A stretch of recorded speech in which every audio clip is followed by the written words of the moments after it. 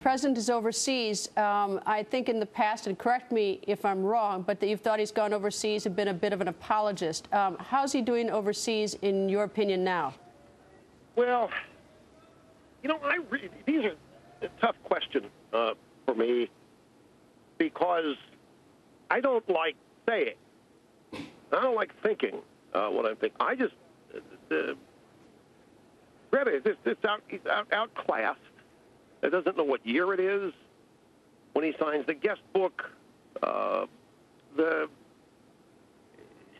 wandering, aimlessly answers in joint press conferences. See, he's got a problem because everything Cameron is doing in the Great Britain and the UK is working.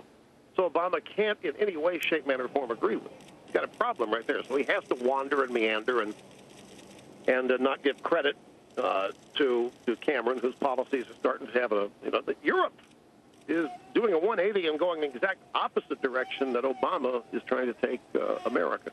They've had their experience with well-intentioned, big-hearted socialism. It doesn't work. You always run out of somebody else's money. It just isn't possible to work. But Obama hasn't learned it yet. So I think the more he goes overseas and speaks, the more obvious it is that he doesn't have all these great skills. He doesn't have all that much experience, and his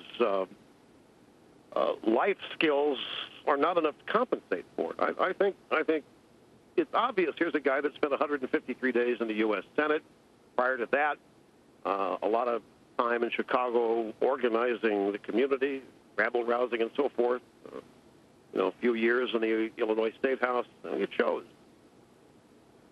And in terms of, do you give him credit for doing anything in terms of his administration? Is there anything that you think that he's done particularly well? Well, always get this question. Can't you say one nice thing?